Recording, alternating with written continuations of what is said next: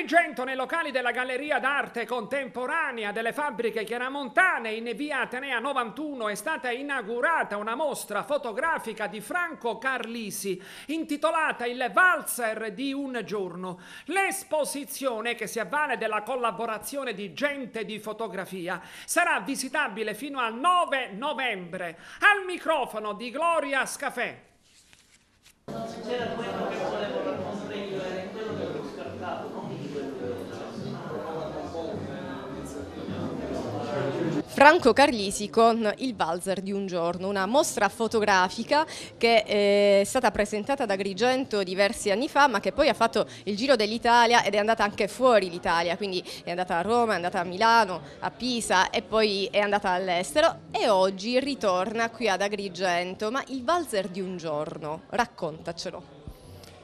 Ma appunto il valzer di un giorno è il mio lavoro credo più noto, quello che ha avuto maggiore successo presso il grande pubblico, tant'è vero che è stato esposto, come tu dicevi, variamente in Italia e anche in Europa, ha ottenuto dei premi importanti, quale il premio Bastianelli, che è un premio che viene dato al miglior libro fotografico in Italia nel 2011. E grazie al valzer del giorno credo che mi abbiano conferito il premio Pisa per la fotografia l'Università di Pisa. Per me è stata una grande soddisfazione, peraltro insperata perché, come tutti sappiamo, la fotografia di matrimonio non suscita grande interesse e spesso fa storcere il naso a molti che pensano che si risolva nella banalità, nei cliché dell'immagine da matrimonio. Io ho cercato di raccontare invece una realtà differente, una realtà che in qualche modo può in un certo senso appartenerci, può avere a che fare con il nostro vissuto. Questa raccolta da te in precedenza è stata descritta come una raccolta a carattere visionario.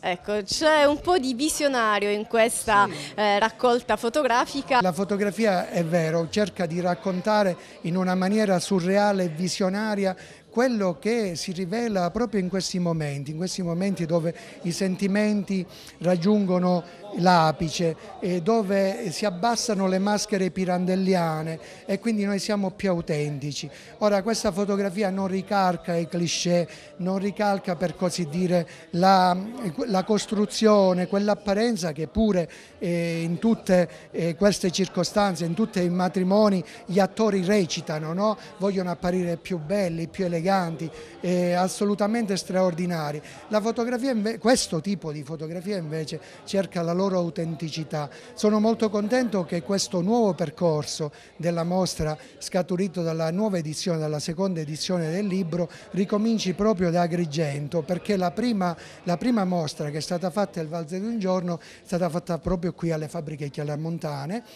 ed mi ha portato fortuna. Adesso sono contento appunto di rifarla qui in questo posto, proprio perché Paolo Minacori mi diceva tu qui sei a casa. Ecco, io vorrei che tutti coloro che si trovano a vedere questa mostra possono sentirsi a casa, possono, guardando queste fotografie, sentirsi a casa.